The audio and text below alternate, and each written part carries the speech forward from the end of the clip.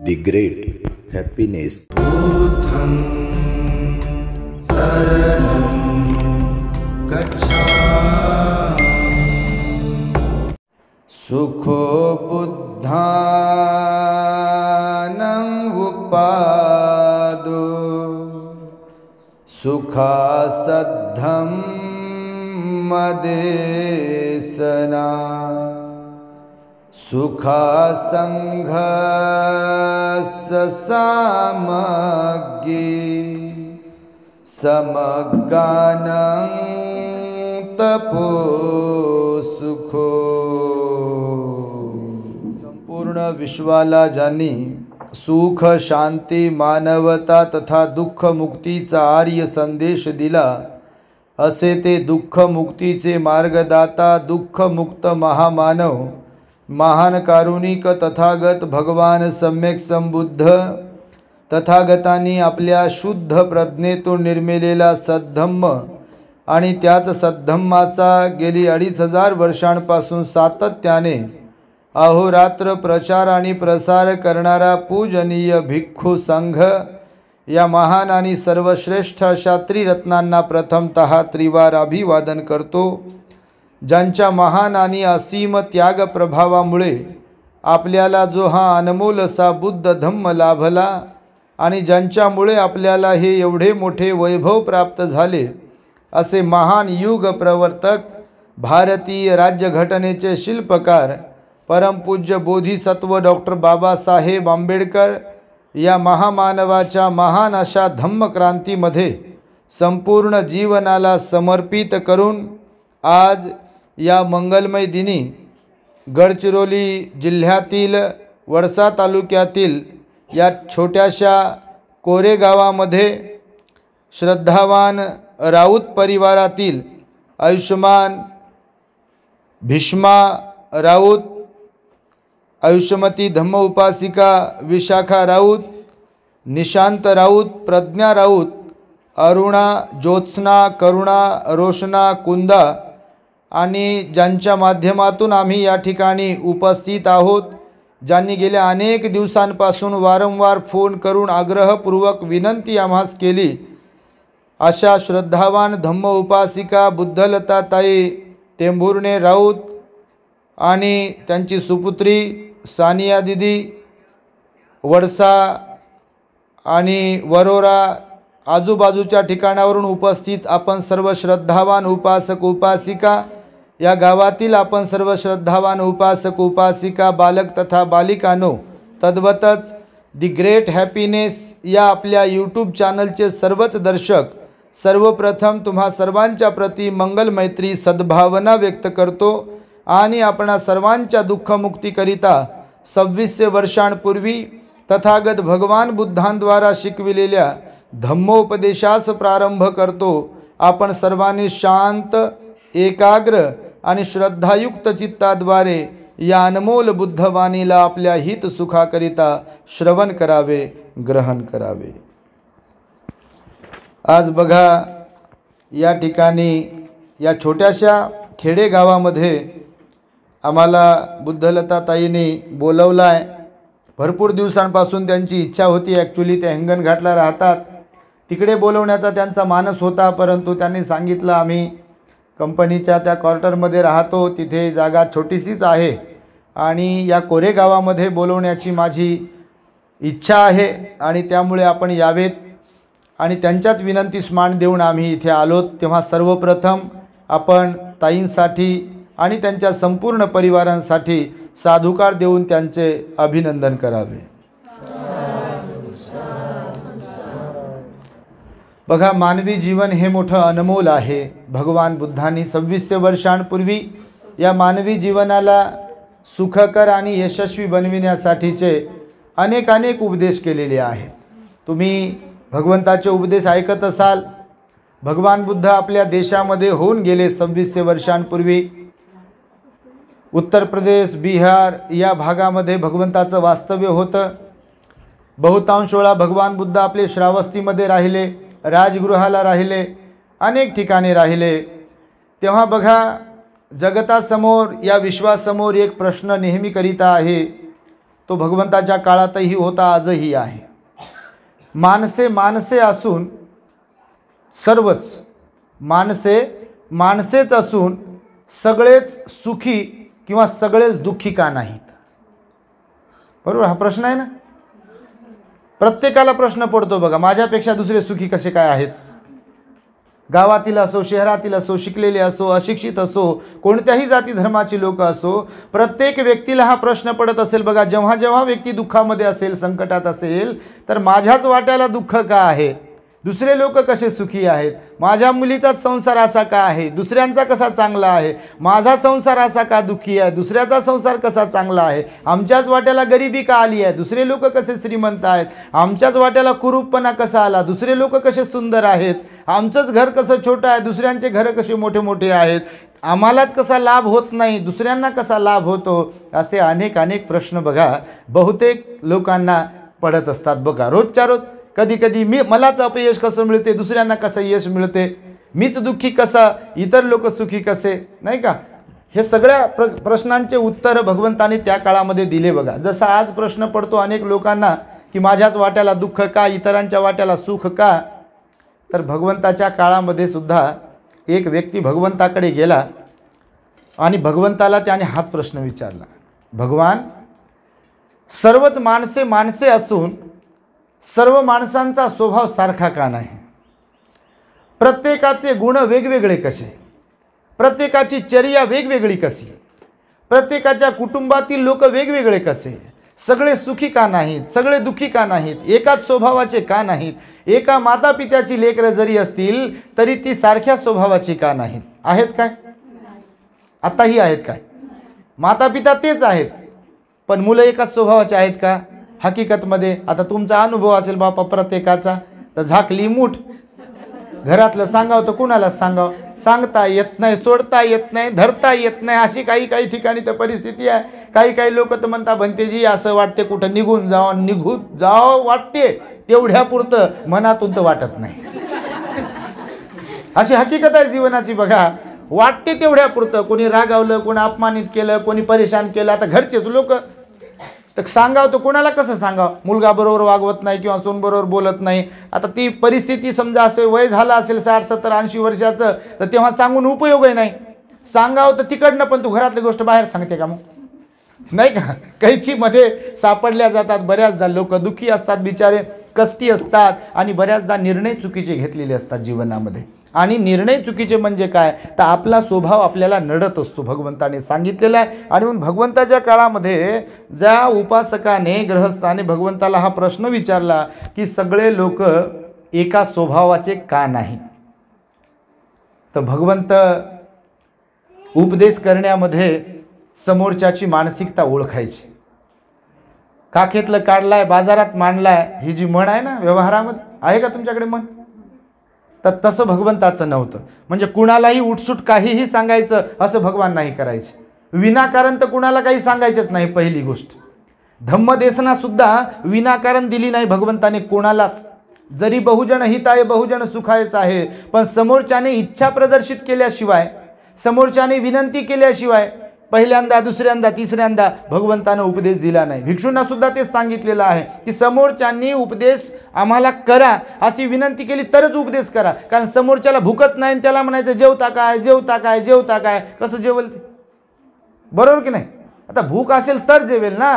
तर म्हणून भगवंताने धम्म हा अनमोल आहे असं सांगितलं आहे. आणि अनमोल गोष्टी जर तुम्ही फुकट वाटल्या, म्हणजे सहज जर दिल्या, समोरच्यांची इच्छा असो नसो, त्याला त्यांची किंमत, जसं की बाबासाहेबांनी आपल्याला सहज सगळं काय दिलं, तुला फुकट दिलं या सारं, पण त्याची किंमत आहे का सगळ्याच लोकांना? नाही आहे. बघा तुम्ही, बाबासाहेबांचे पुतळे ओस पडलेले असतात, विहार ओस पडलेलं असते, जयंतीला सूर्य उगवते बऱ्याच लोकांचा. आता तुम्ही पाहत असाल तुमच्या गावात, काय माहीत नाही बाप्पा, तुम्हाला टीका करत नाही तुमच्यावर, आपण तुमच्या गावातलं काही माहीत नाही, पहिल्यांदाच गावात आलो, बुद्धलताईनं बोलवलं म्हणून. आता प्रत्येक गावचे काही ओळखीचे कोणी नाही आहेत आपल्या, म्हणून असं काही पर्सनली घेण्याचा काही विषय नाही. आणि घेतलंच पर्सनली तर लागू होत असेल गोळी तर घेतली पाहिजे, परिवर्तन घडून आणलं पाहिजे, हे त्यासाठीच बोलणं आहे. आणि म्हणून बघा भगवंताने सांगितलेलंच आहे की माणसं तेवढ्या प्रवृत्ती आहेत आणि जे मौल्यवान असते ते फुकट जर मिळालं तर खरंच त्याची किंमत नसते. मेहनतीची, अंग मेहनतीची, कष्ट करून मिळालेली जी भाकरी आहे ती शिळी गोड लागते, पण फुकटचं पंचपक्वान जर दिलं तर ते गोड लागत नाही. हा नियमच आहे बघा, बिलकुल हा नियम आहे म्हणजे आहे.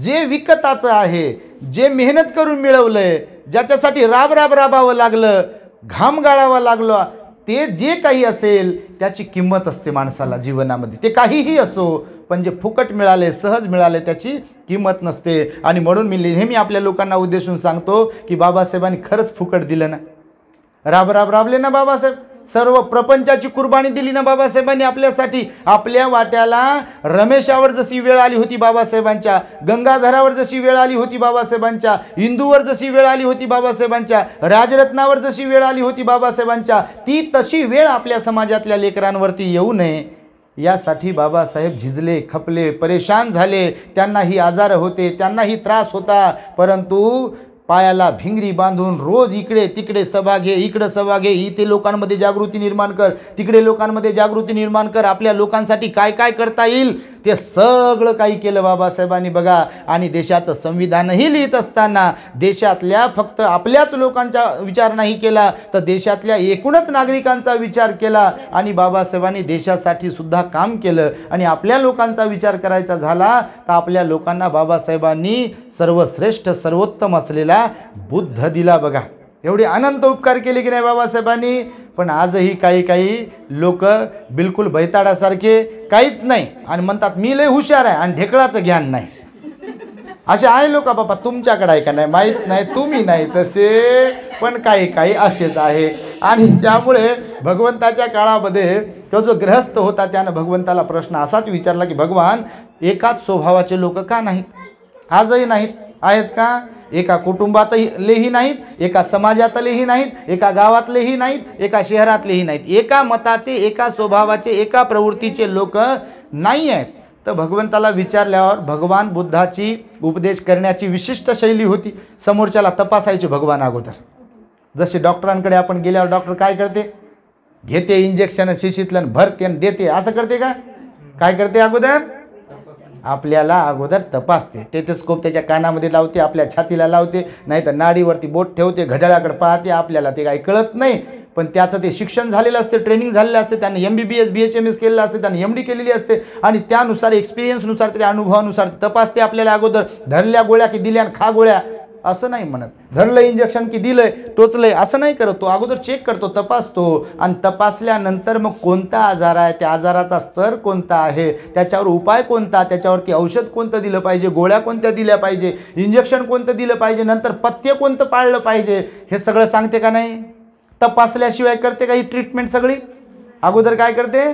तपासते. भगवान बुद्ध सुद्धा अगोदर तपासायचे लोकांना की कुणाला काय पाहिजे आणि कुणाला काय नाही पाहिजे. तर म्हणून उपदेश करताना सुद्धा सर्व लोकांना पाहायचे की कुणाला काय पाहिजे आणि तेच द्यायचे. तर मग भगवंताला त्याने प्रश्न विचारल्यावर भगवान बुद्ध त्याला प्रतिप्रश्न करतात. ज्याने प्रश्न विचारला होता की नाही, या जगातले सगळे लोक एका स्वभावाचे काय नाही आहेत, तर भगवान बुद्ध म्हणाले ठीक आहे, तुझ्या प्रश्नाचं मी उत्तर देतो, पण त्यापूर्वी तू माझ्या प्रश्नाचं एक उत्तर दे. तो म्हणाला ठीक आहे भगवान. भगवंताने त्याला प्रश्न विचारला की तू मला सांग, या निसर्गामध्ये, या सृष्टीमध्ये जेवढे झाडं झुडपं आहेत, वनस्पती आहेत, जरी ते झाडं झुडपंच आहेत पण एकसारखेच आहेत काय? त्यांची उंची सारखीच आहे का? पानांचा रंग सारखाच आहे का? पानांची आकार सारखाच आहे का? फळच आहेत पण फळांचा रंग सारखा आहे का? फळांचा आकार सारखा आहे का? फळांची चव सारखीच आहे का? आहे का? आहे? बिलकुल नाही. आता तुमच्याकडे धान येते, तांदूळ, आता तांदूळच आहे, पण तुमच्याकडचा तांदूळ वेगळाच आहे. कोकणात गेले तिकडचा तांदूळ वेगळाच आहे. अजून कुठं जाल तुम्ही तिथचा तांदूळ वेगळाच आहे. तांदूळच आहे, पण प्रत्येक ठिकाणचा तांदूळ हा वेगवेगळा आहे. त्या तांदळाचा म्हणजे मातीचा, वातावरणाचा संबंध येतो आणि म्हणून त्याची चव वगैरे क्वालिटी बदलत असते. तर भगवान बुद्धांनी त्याला प्रश्न विचारला की झाडच असून त्याचं मुळं, त्याचं खोड, त्याचा पाला, त्याचा आकार, त्याचा रंग, त्याची चव, त्याची उंची ही सारखीच आहे का?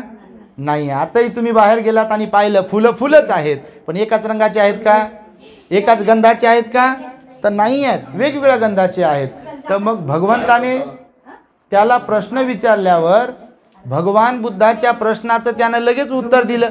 भगवान या प्रश्नाचं उत्तर सोपं आहे म्हणे. तर भगवान बुद्ध म्हणाले कसं काय? तर भगवान बीज वेगवेगळं असल्या कारणाने झाड वेगळं आहे, त्याचे फुलं वेगळे आहे, त्याचे पानं वेगळे आहे, त्याची चव वेगळी आहे, त्याचा रंग वेगळा आहे, त्याचा आकार वेगळा आहे. तर भगवान बुद्ध स्माईल करतात आणि त्याला म्हणतात बापा तू तर लय हुशार आहे, तुला तर लगेच कळालं. The great happiness. बुद्धं शरणं गच्छामि. भगवान बुद्ध त्याला म्हणतात बापा तू खूपच हुशार आहे, तुला तर सहज कळालं की बीज वेगवेगळं असल्या कारणाने झाडच असून देखील त्याच्यात विविधता आहे, भिन्न भिन्नता आहे, वेगळेपण आहे. तर भगवान त्याला म्हणतात की अगदी अशाच प्रकारे माणसं असून वेगवेगळ्या स्वभावाचे का? कोणी धार्मिक आहे तर कोणी अधार्मिक आहे, कोणी दानशूर आहे तर कोणी कंजूस आहे, कोणी सिलवान आहे तर कोणी एकदम दुराचारी आहे, कोणी मदत करणारे आहे तर कोणी लुटणारे आहे, कोणी मातापित्यांची सेवा करणारे आहे तर कोणी मातापित्याला त्रास देणारे, कोणी पती पत्नी खूप चांगले समजदार आहे तर कोणी बिलकुल दोघंही वायात गेलेले आहे. खरं की खोटं? बापा हसू लागले तुम्ही. आता ज्याचा त्याचा अनुभव आहे, झाकली मूठ आहे, मी नेहमी सांगतो तशी नाही का. कुणाचा 4 भिंतीच्या आत आहे तर कुणाचं 4 भिंतीच्या बाहेर गेलेलं आहे, अंगणात आहे कुणाचं, तर कुणाचं गावात गाजलेलं आहे. फरक एवढाच आहे फक्त. परंतु भगवान बुद्ध म्हणाले मग हे असं का? तर याला भगवान बुद्ध म्हणतात आपलं कर्म बीज कारणीभूत आहे. काय कारणीभूत आहे म्हणतात? कर्म बीज कारणीभूत आहे. प्रत्येकाचं कर्म इथे वेगवेगळं आहे. प्रत्येकच जण भंतेजी बनते काय? आता आम्ही श्रामनेर शिबिर घेऊ लागलो तर बऱ्याच लोकांचे फोन येतात, भंतेजी आमच्या पोराला श्रामनेर बनवता का? तर मी विचारतो बा किती दिवसासाठी? तर ते म्हणते बा 10 दिवस. ठीक आहे म्हणते, 10 दिवसाचं बनवा आणि जास्तीत जास्त महिन्याचं बनवा. आणि असं कुणाला म्हटलं तर बापा पूर्ण जिंदगीभर देता काय? नाही ना भंतेजी आम्ही कसं राहावं म्हणते. मी म्हणतो मग आमचे आई बाबा कसे राहत असतील, म्हणजे भगवंताचे आई बाबा कसे राहिले असतील, त्या भिक्खूंचे आई वडील कसे राहिले असतील की ज्यांनी घरदाराचा त्याग केला नाही का. पण हे सगळ्यांच्याच वाट्याला येत नाही. जरी कुणाला हाणून मारून बळजबरीनं बनवण्याचा प्रयत्न जरी केला, जसं की काही लोक ध्यान शिबिराला पाठवतात बघा, कुणाला दारूचं व्यसन आहे, कोणी वायाला गेला आहे, कोणी वाईट वागत आहे, तर बऱ्याचदा मग त्या लोकांना ध्यान साधनेच्या शिबिराला पाठवतात. आता परवा 2, 4, 5, 6 दिवसांपूर्वी एक जण आलं, ते म्हणे भंतेजी ध्यानाला तर पाठवलं होतं म्हणे, दारूचं लय व्यसन जडलं होतं म्हणून, तंबाखू लय खात होते म्हणे आणि दारू पित होते आणि मारझोड करत होते, घरात नीट वागत नव्हते आणि म्हणून आम्हाला वाटलं बा ध्यानाला जातील, शिबिर करतील आणि तिथं काही इंजेक्शन भेटेल, एखादं बूस्टर डोस भेटेल आणि 10 दिवसातच लगे असं पूर्णच बदलून येतील. पण आल्यावर म्हणे बा काही दिवस राहिले म्हणे व्यवस्थित आणि पुन्हा म्हणे मूळ ओरिजिनल मोडमध्ये आले म्हणे. पुन्हा दारू सुरू, तंबाखू सुरू. म्हणे आता काय करावं? मी म्हटलं आता काहीच करू नका, आता जिथं वाहत जातील ते वाहत जाऊ द्या, कारण त्यांचं पुण्य तेवढं नाही आहे. बरोबर की नाही? बघा आजही बघा धार्मिक कार्यक्रम, धम्मदेसनेचे कार्यक्रम आयोजित केले जातात. आता परिवर्तन होत आहे, पण बहुतेक ठिकाणी आम्ही पाहतो धम्मदेसनेला फार कमी लोक असतात, पण नाचायचा कुदायचा काही कार्यक्रम ठेवला, बडबड करायचा काही कार्यक्रम ठेवला, नको तर पाहायचा कार्यक्रम ठेवला की तिथं तुडुंब गर्दी असते. बघ का? सगळेच लोक धार्मिक का नाही आहेत? तर त्यांचं तेवढं पुण्य नाही आहे. जीवन जगत असताना वर्तमान जीवन जे आपण जगत असतो, तर भूतकाळातील कर्म आणि वर्तमानातील कर्म हे दोन्ही कर्म जबाबदार असतात. म्हणून वर्तमान जीवनामध्ये सगळेच लोक सुखी नाही आहेत आणि सगळेच लोक दुःखी नाही आहेत. म्हणून माणसे असून देखील प्रत्येकाचं पूर्वकर्म आणि वर्तमानातील कर्म वेगवेगळं आहे. म्हणून ज्यांची बुद्ध धम्मावर संघावर श्रद्धा आहे, जे बुद्ध धम्माचं आचरण करतात, जे लोक धार्मिक आहेत रिअलमध्ये, ॲक्च्युअलमध्ये, त्यांच्या लोकांच्या जीवनामध्ये सुख आहे, शांती आहे. परंतु जे लोक धम्मापासून कोसो दूर आहेत, भलेही ते धनवान असतील, श्रीमंत असतील, परंतु त्यांच्या जीवनामध्ये नैराश्य, पश्चाताप आणि नको नको ते दुःख आहे बघा. म्हणून मी नेहमी सांगत असतो बघा, घड्याळाची बॅटरी संपली की जसा सेकंदाचा मिनिटाचा काटा असा एकाच जागी टिक टिक टिक करते की नाही, तसे काही लोक धन दौलत सगळं काही आहे, पण नेहमी तोंडावर अशी 12च वाजलेले. काय सांगावं दादा आणि काय सांगावं बाई, धम्मापासून कोसो दूर आहेत. मग अशी वेळ नाही येणार तर कशी येईल? म्हणून भगवान बुद्धांनी सांगितलं आपले कर्म सुधारता आले पाहिजे. त्यासाठी बुद्ध धम्म संघावर आपली श्रद्धा असली पाहिजे, आपण धार्मिक असलो पाहिजे. म्हणून तर बाबासाहेबांनी बुद्ध दिलं आपल्याला. केवळ शिक्षणच सर्व काही असतं. ज्या लोकांना वाटतं की शिक्षणच सर्व काही आहे, ज्या लोकांना वाटते की श्रीमंतीच सर्व काही आहे, ज्या लोकांना वाटते मुलं बाळ बायकोन कुटुंबच सर्व काही आहे, तर बाबासाहेबांनी बुद्ध कशाला दिला याचा किमान आपल्या लोकांनी कधीतरी विचार करावा. जर बाबासाहेबांच्या म्हणण्यानुसार सांगण्यानुसार शिक्षणच सर्व काही आहे, श्रीमंती सर्व काही आहे, तर बुद्ध कशासाठी दिला असता? काय गरज होती? स्कीम तर दिली की नाही, रिझर्वेशन दिलं की नाही, स्कॉलरशिप तर दिली की नाही, पण बुद्ध का दिला? तर बुद्ध यासाठी दिला की आपल्या आचरणामध्ये बदल झाला पाहिजे. कारण मनुष्याची प्रवृत्ती जी आहे त्याला वाईटपणातून चांगलं बनवण्याची आशा हा बुद्धाचा धम्म देतो. अंगुलीमाल डाकूचा भिक्षू बनू शकतो की नाही? बघितलं, तुम्ही ऐकलं असेल अंगुलीमाल डाकूबद्दल ऐकलं की नाही? अंगुलीमाल डाकू बुद्धाच्या संपर्कात आल्यामुळे भिक्षू बनू शकतो. असे कितीतरी उदाहरण आहेत बघा. घटिकार कुंभार तो एकदम गरीब होता, पण मनाने मात्र श्रद्धेनं तो श्रीमंत होता. भगवान बुद्धाने सांगितलं तुम्ही धनाने किती श्रीमंत आहात हे फारसं महत्त्वाचं नाही आहे, श्रीमंती महत्त्वाचीच आहे, पण तुम्ही धनाने किती श्रीमंत आहात त्यापेक्षा तुम्ही मनाने किती श्रीमंत आहात ही गोष्ट खूप महत्त्वाची आहे. नाही तर सगळं काय तुमच्याकडे आहे तुम्ही दुःखी आहे, तर काय ते श्रीमंत?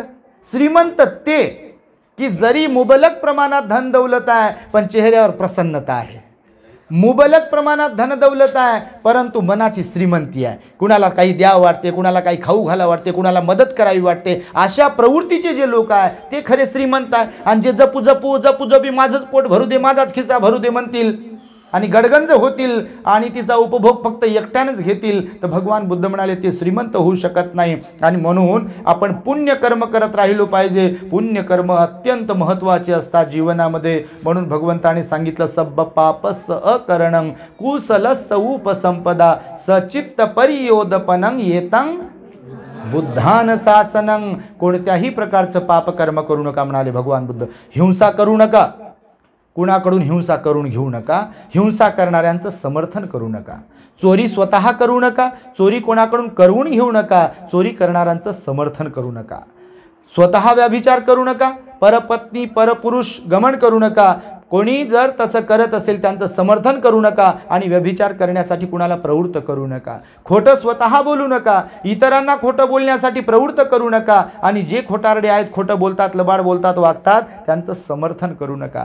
प्रत्यक्ष स्वतः मादक द्रव्यांचं सेवन करू नका, दारू गांजा बिडी तंबाखूचं प्रत्यक्ष स्वतः सेवन करू नका, जे सेवन करत असतील त्यांचं समर्थन करू नका आणि दारू गांजा बिडी तंबाखू पिण्यासाठी खाण्यासाठी कोणाला प्रवृत्त करू नका. असं पंचशील 3 अंगाने पाळायला सांगितलं. तर ही नकारात्मक बाजू सांगितली, नंतर सकारात्मक बाजू पण पंचशीलेची सांगितली. भगवंताने आपल्या चॅनलवरती आहे बघा दी ग्रेट हॅपीनेसवरती पंचशील कसं पाळावं. तर गावखेड्यामध्ये आम्ही पाहतो व्यसनाधीन झालेले लोक आहेत बघा, बिलकुल समजत नाही लोकांना आणि व्यसनाधीन झाल्यामुळं किडन्या खराब, लिव्हर खराब आणि मग दवाखान्यात गेल्यावर पैसा नसतो, मग घर विकलं तरी भरती होत नाही, शेत विकलं तरी भरती होत नाही आणि म्हणून छोट्या छोट्या चुकांचा डोंगर बनतो आणि नंतर मग पश्चातापाची वेळ येते. तुम्ही कधी जर कॅन्सर हॉस्पिटलमध्ये जाऊन पाहाल किंवा एखाद्या मोठ्या सरकारी हॉस्पिटलमध्ये जाऊन पाहाल तर लोक असे बारीक तोंड करून असतात, कुठून पैसा आणावं म्हणतात. आता डॉक्टरने ही टेस्ट सांगितली आहे, ती टेस्ट सांगितली आहे, हे ऑपरेशन सांगितलं आहे, ते ऑपरेशन सांगितलं आहे आणि भगवंताने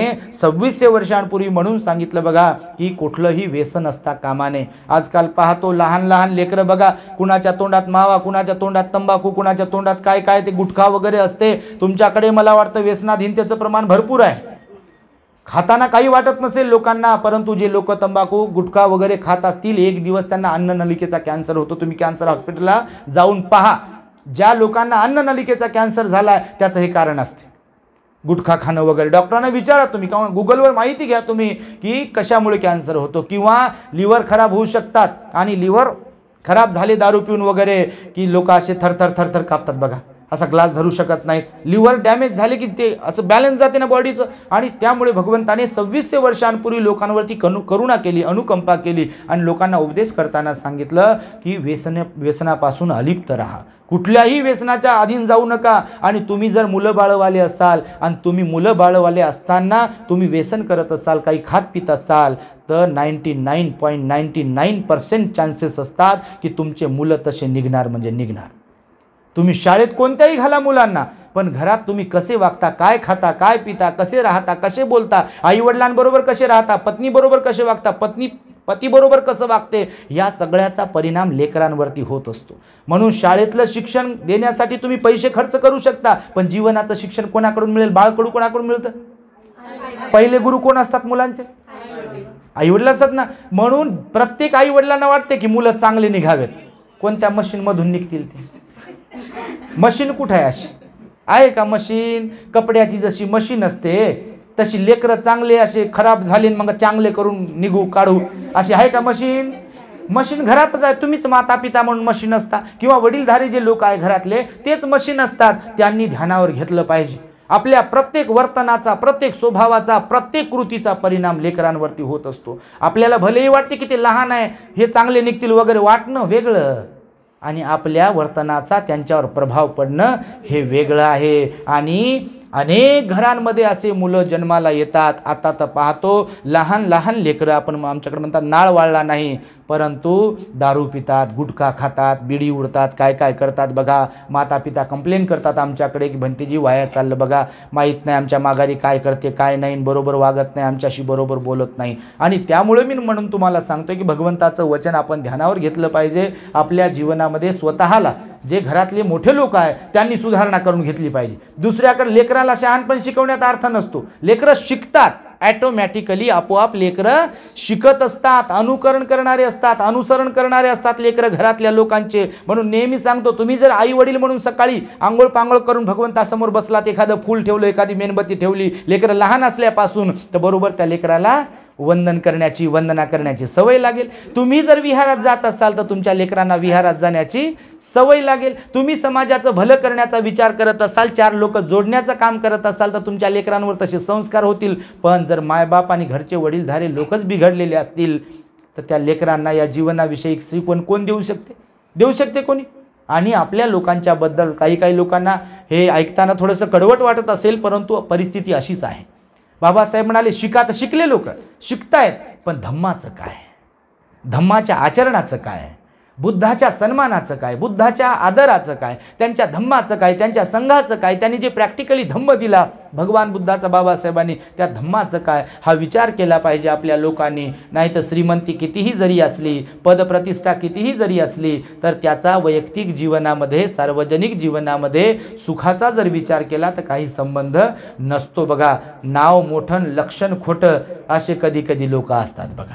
अगोदरच्या काळात लोक मरायचे, लेकरं मरायचे तर लोक देवाचं नाव ठेवायचे.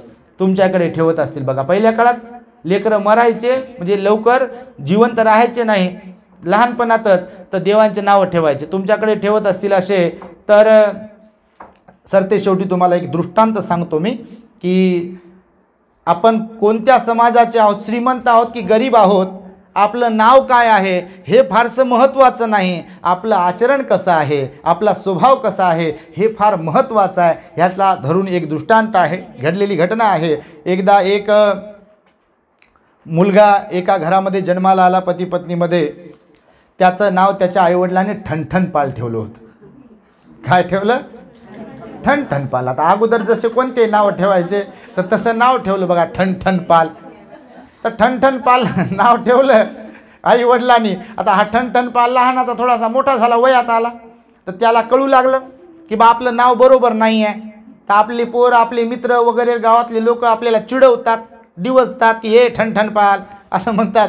तर त्याला ते नाव ऑड वाटत होतं, वेगळंच वाटत होतं. तर त्यानं आईवडिलांना दोष देण्याला सुरुवात केली. ते म्हणे तुम्ही माझं नाव बरोबर ठेवलं नाही, तुम्हाला कसं समजलं नाही, असं तसं करू करू करू मी घरात राहतच नाही म्हणे, तुम्ही माझं फार नुकसान केलं. आता ते थोडंसं वयात आलं होतं, 17-18 वर्षात झालं, 20 वर्षात झालं असेल, आणि आईवडिलांना दोष देत होतं, तुम्ही माझं नाव बरोबर ठेवलं नाही, माझं नाव बरोबर, तुम्ही निघून जातो म्हणे घरातून. तर आईवडिलांनी त्याला समजवण्याचा प्रयत्न केला, परंतु तो काय ऐकला नाही, तो गेलं निघून. आता निघून गेलं गावाच्या बाहेर गेलं. एका शेतामध्ये एक महिला गौऱ्या वेचत होती. काय करत होती? गौऱ्या वेचत होती. आणि याला वाटलं बा आपल्या नावामुळं आपण घराच्या बाहेर पडलोय, मायबापानं बरोबर नाव ठेवलं नाही म्हणून. तर आता लोकांना विचारू, तपासू ना लोकांना, काका तुमचं नाव काय ठेवलंय ते.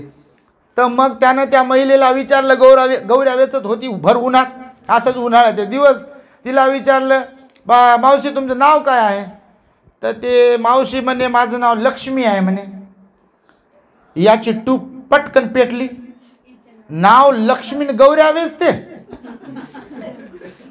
हा म्हणे अरे कसं काय झालं म्हणे, असं नाव तर लक्ष्मी आहे म्हणे, हिच्याकडे तर लक्ष्मीच लक्ष्मी असायला पाहिजे होती, ही तर गौऱ्या वेचते म्हणे भर उन्हातानामध्ये. बरं ठीक आहे म्हणे, आता दुसऱ्यांना चेक करू.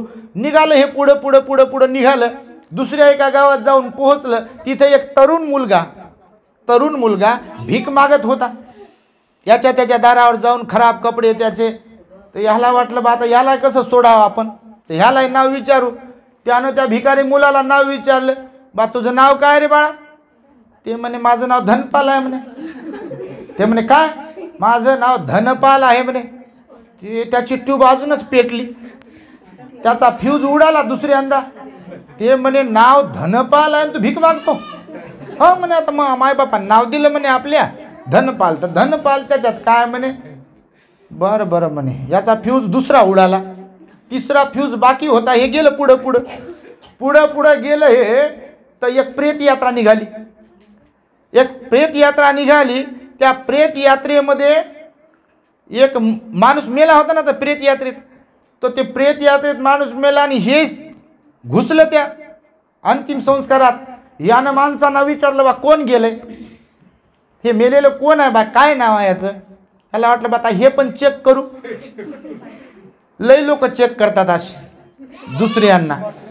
बहिर्मुखी लोक असतात बघा जगातले, दुसऱ्यांना चेक करतात बघा. कोणाच्या घरात काय चाललंय, कोणाचं कसं चाललंय, कोणाची सून नांदते की नाही, कोणाची लेक नांदते की नाही, कोणाचा मुलगा बरोबर वागते की नाही, कोणाचे सासू सासरे बरोबर वागतात की नाही, कोणाचे मायबाप व्यवस्थित राहतात की नाही, वागवतात की नाही. दुसऱ्यांच्या गाठोडे सोडायला लोकांना लई इंटरेस्ट. तुम्ही नाही बापा तसे, पण असे लई लोक आहे बघा.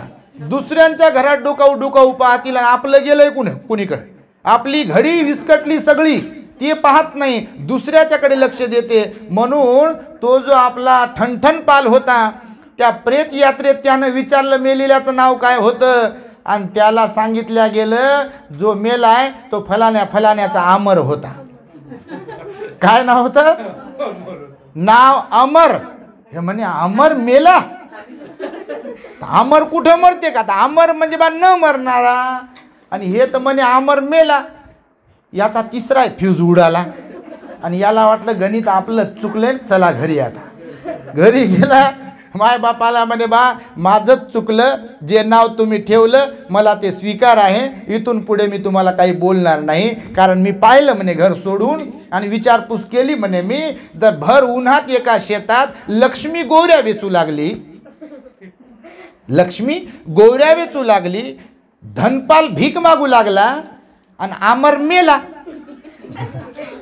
तर माझी काय गत आहे म्हणे, मी कुठं काय, असं तर माझं काही वेगळं नाव नाही आहे, माझं नाव ठणठणपाल आहे म्हणे. आणि त्यामुळे मी तुम्हाला या गोष्टीतून हे सांगतो आहे की आपलं नाव काय आहे, आपण राहतो कुठं, आपण शिकलोय किती, आपलं श्रीमंत आहोत की कोणत्या पदावर आहोत, हे फार कोणत्या जातीचे आहोत हे फारसं महत्त्वाचं नाही आहे. आपला स्वभाव कसा आहे, आपलं आचरण कसं आहे, आपण माणसांशी माणुसकीनं वागतो का, आपल्या घरातल्या लोकांशी आदराने वागतो का, मातापित्यांची सेवा करतो का, पती पत्नी एकमेकांशी प्रेमाने समजदारीने वागतात का, ह्या गोष्टी अत्यंत महत्त्वाच्या आहेत. तुम्हाला त्या समजाव्यात म्हणून हा छोटासा उपदेश मी तुम्हाला दिला. बुद्धलताताई यांनी आम्हाला इथे निमंत्रित यासाठीच केलं की 4 लोकांच्या कानावर बुद्धाची वाणी पडावी. कारण हे महान पुण्य आहे बघा. जर कोणी धम्मदेसनेचं आयोजन करत असेल आणि 4 लोकांना त्यामुळे लाभान्वित करत असेल तर हे महान पुण्य असते. कारण सब्बदानं धम्मदानं जिनाती म्हणाले भगवान बुद्ध. सर्व दानांना जिंकणारं कोणतं दान आहे? धम्माचं दान. आणि धम्माचं दान म्हणजे हा धम्माचा उपदेश. जेव्हा भिक्खू देत असतात किंवा भगवान बुद्ध देत असतात लोकहिताचा उपदेश, त्याला धम्मदान म्हणतात. पैशाच्या किंवा दुसऱ्या दानाला धम्मदान म्हणत नाहीत. फक्त उपदेशाला, धम्मदेशनेला, प्रवचनालाच धम्मदान म्हणतात. आणि ते धम्मदान भगवान बुद्ध त्यांचे भिक्खू देत असतात. आणि म्हणून आपल्या ताईने हे महान पुण्य कमावलं आहे. आणि त्यामुळे त्यांच्या जीवनामध्ये, त्यांच्या परिवारामध्ये या महान पुण्याच्या प्रभावाने सुख शांतीचं जीवन त्यांना प्राप्त हो, त्यांना सर्वांगीण त्यांचा विकास हो, यश प्राप्त हो. आणि तुम्हासुद्धा सर्वांना, राऊत परिवार असेल किंवा सर्व गावकरी आणि बाहेरूनही आलेले जे काही उपासक उपासिका आहेत त्यांच्याही जीवनामध्ये सुख शांतीचे जीवन तुम्हाला प्राप्त हो, सर्वांगीण तुमचा विकास हो. बुद्ध धम्म संघावर तुमची श्रद्धा जी आहे ती वृद्धिंगत होत राहो. बाबासाहेबांना अभिप्रेत आदर्श बौद्ध समाज निर्माण करण्यासाठी तुम्ही स्वतःपासून प्रयत्न करत राहो. अशा प्रकारची मंगल आणि उदात्त कामना व्यक्त करून मी माझ्या शब्दांना इथे पूर्ण विराम देतो. भवतो सब मंगलं रक्षन्तु सब देवता सब बुद्धानुभावेन सदा सुखी भवन्तु ते. भवतु सब मंगलं रक्षन्तु सब देवता सब धम्मानुभावेन सदा सुखी भवन्तु ते. भवतु सब मंगलं रक्षन्तु सब देवता सब संघानुभावेन सदा सुखी भवन्तु ते.